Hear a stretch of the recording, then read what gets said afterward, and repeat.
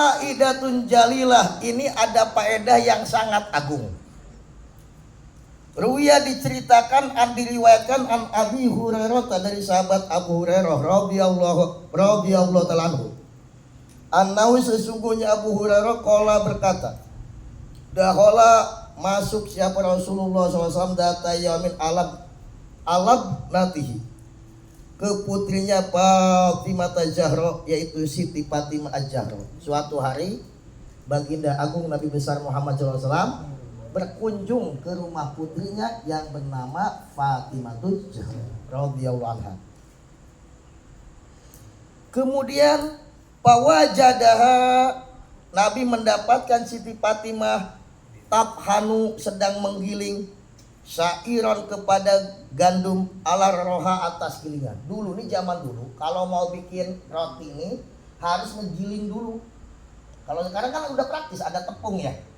Ya, ada tepungnya di pasar udah. Di Purnama udah ada. Ya kan? Dijamin ada. Tapi kalau zaman dulu enggak. Kalau kita mau bikin roti ini harus nepung gandum sendiri, digiling.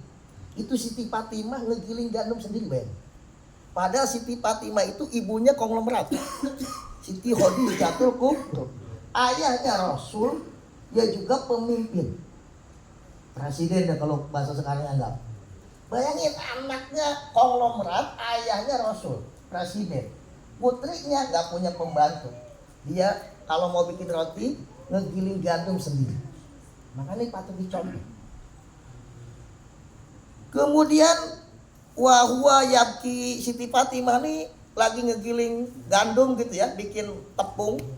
Itu sambil nangis. Nabi masuk ke rumahnya Siti Fatimah nih, Siti Fatimah lagi ngegiling gandum sambil menangis. Maka Nabi berkata, faqala laha Rasulullah SAW. Maka bersabda Kanjeng Nabi kepada putrinya, wa ma yubkiki, ya Fatimah, apa yang membuat engkau menangis? Kenapa nak? Ya kan? Di mana-mana orang tua pasti sedih melihat anaknya nangis. Anakku kenapa? Kemudian, ya Fatimah, la abkillahu laki aina, apakah memang Allah membuat matamu menangis? Sebenarnya nggak ada apa-apa, lagi pengen nangis doang gitu. Kemudian faqalat ya abati abkani hajar roha, yang membuat aku nangis ini nih, batu gilingan. Lu ngegiling itu kan berat. Dulu saya zaman dulu nih, saya inget pabrik tahu Pasir Mul kan banyak tahu. Itu zaman dulu gilingnya pakai batu. Pernah ada saya nyoba berat batu dulu.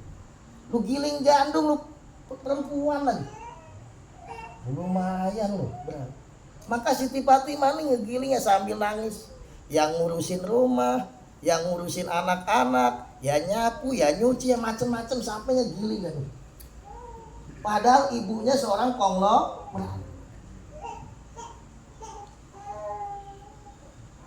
Maka wasublul baiti, ini lu ya Nabi yang bikin aku menangis, ini aku ngegiling ini.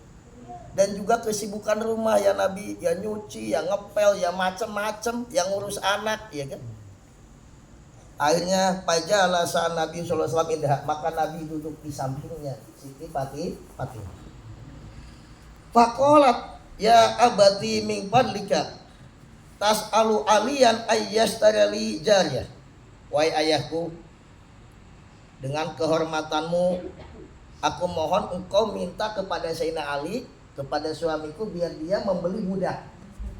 Maksudnya beli budak nih untuk meringankan pekerjaan rumah. Kalau bahasa sekarang pembantu. Wahai ayah, tolong dong Sayyidina Ali, biar beli budak, biar enggak aku yang ngegiling sendiri, ngurus anak, nyuci baju, ngumbah piring, nyapu, ngepel, jatuh gua udah. Biar Sayyidina Ali beli budak, wahai ayah. Kemudian litu'inani ala tohin, supaya itu budak, itu pembantu bisa membantu aku untuk menggiling gandum. Juga wa ala syuklil bait, dan itu budak bisa membantu aku untuk pekerjaan rumah.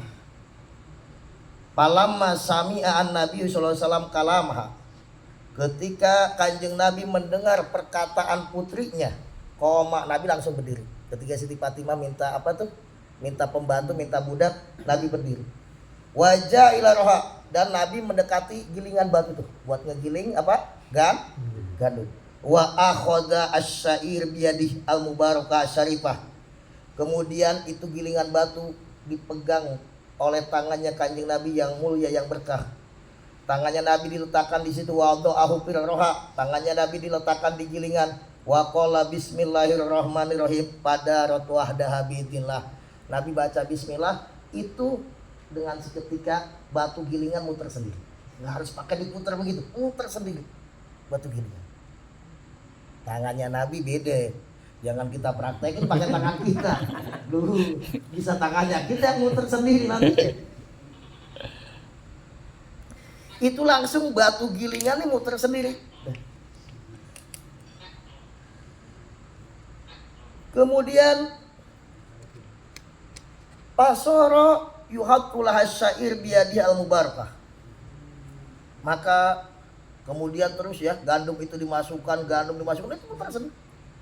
Ya sampai selesai itu gandum habis apa digiling dan batu gilingan itu muter sendiri. Bahkan bukan hanya muter sendiri, waktu sabbihullahu ta'ala bilugatin mukhtalifatin. Dan itu batu gilingan membaca tasbih dengan beraneka macam bahasa.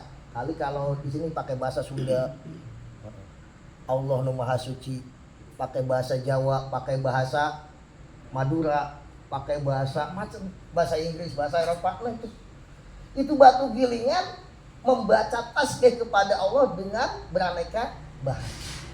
Lu kok bisa? Ya bisa, Allah Maha Kuasa dan ini mukjizatnya Kanjeng Nabi.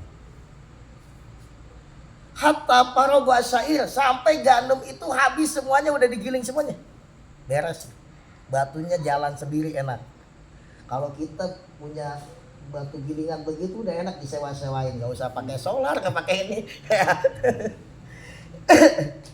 Faqala Nabi sallallahu alaihi wasallam, kemudian Nabi bersabda, lirroha kepada batu gilingan, uskuni biidnillah, hai batu gilingan, udah diamlah dengan izin Allah. Pasakan, katakan yang Nabi suruh diam udah, karena udah selesai gandumnya udah habis semua digiling. Katakan yang Nabi, wahai batu gilingan sekarang diamlah, diam langsung. Itu batu gilingan langsung diam, nggak muter lagi. Kemudian wa naqat binillah alladzi antaqa kullu syai. Faqalat bilisanin fasih arabiyyin. Kemudian itu batu gilingan bisa berbicara. Batu gilingan itu bicara dengan izin Allah yang menjadikan sesuatu itu bisa bicara. Karena Allah yang menjadikan sesuatu bisa bicara. Kalau Allah kehendaki mau apa? Semua pasti bisa. Nah kemudian itu batu gilingan bicara dengan bahasa Arab yang fasih. Ngomongnya pakai bahasa Arab. Ya Rasulullah, walladzi ba'asaka bil haqqi nabiyyan wa rasulan, lau amartani an abhana syaira masjid wal maghrib la tahintuhu kullu. Langsung kata si batu gilingan ngomong, wahai Rasulullah, demi Allah yang telah mengutus engkau dengan benar menjadi nabi dan rasul. Itu batu gilingan bersumpah, demi Allah yang telah mengutus engkau menjadi nabi dan rasul, lau amartani, seandainya kau perintahkan aku untuk menggiling semua gandum yang ada di timur maupun yang ada di barat maupun ada di timur, seluruh, segimana banyaknya gandum yang di timur barat, maksudnya anggaplah gandum seluruh dunia, engkau perintahkan biar aku yang menggilingnya, aku giling sampai selesai. Jadi semua loh sama Kanjeng Nabi ini cinta. Batu gilingan cinta, patuh nurut sama Kanjeng. Makanya kalau kita nggak cinta sama Kanjeng Nabi ini kebanget. Lu batu gilingan aja nurut.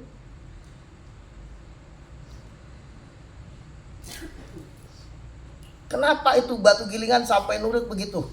Takut nurut sama Kanjeng Nabi. Kata batu gilingan, wa inni sami itu fi kitabillah. Karena aku mendengar di dalam Al-Qur'an ada ayat, ya ayyuhalladzina amanu ku anfusakum wa ahlikum naro wa quduhan nas wal hijarah 'alaiha malaikatun giladun syidadul la ya'sunallaha ma amaruhum wa yaf'aluna ma yumarun.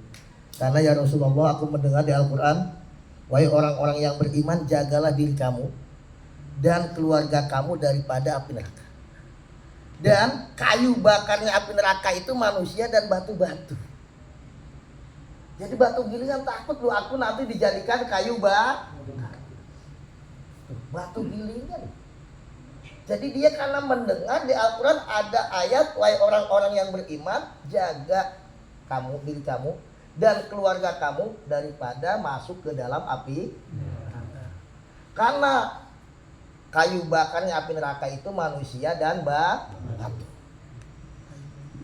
Alaiha malaikatun giladun syidadun. Di dalam neraka itu ada malaikat yang kasar-kasar dan keras malaikatnya. Wah, udah nggak ada senyum, nggak ada, kasar, udah keras malaikatnya.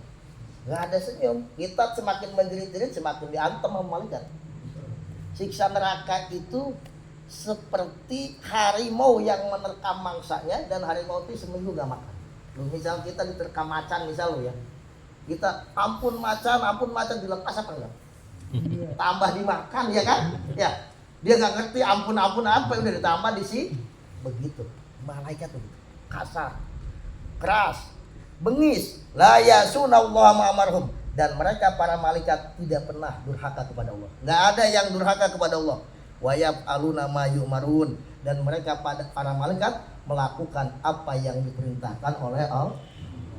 Kata batu gilingan ini, pahib tuh aku takut ya Rasulullah an akuna minal hijarah allati yudkhilan nar. Aku takut wahai Rasulullah, aku termasuk batu yang menjadi kayu bakarnya api.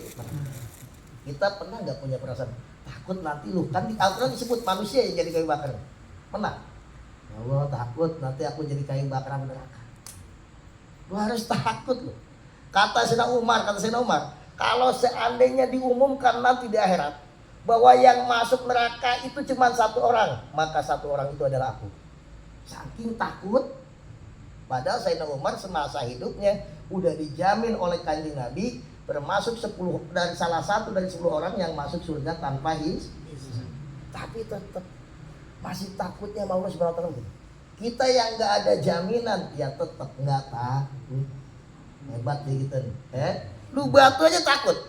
Batu gilingan takut masuk neraka, takut menjadi kayu bakarnya api neraka. Kita nggak pernah mikir takut di situ aja.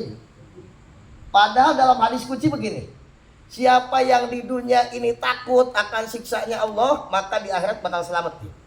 Karena nggak mungkin Allah menjadikan dua rasa takut. Nggak mungkin menjadikan dua rasa aman. Maksudnya kalau merasa aman di sini, di sono celaka. Kalau di dunia kita nggak merasa takut, merasa aman, bakal selamat, bakal ini, di sono bakal celaka. Kalau kita sekarang punya rasa takut, insya Allah di sono aman. Karena kata Kanjeng Nabi, Allah tidak menjadikan dua rasa takut. Maksudnya takut di dunia juga takut di akhirat. Kalau dia takut di akhirat, nggak takut aman. Karena itu mulailah belajar yang tak. Kata Allah, wa iyaya farhabun. Kepadaku farhabun, kamu harus takut.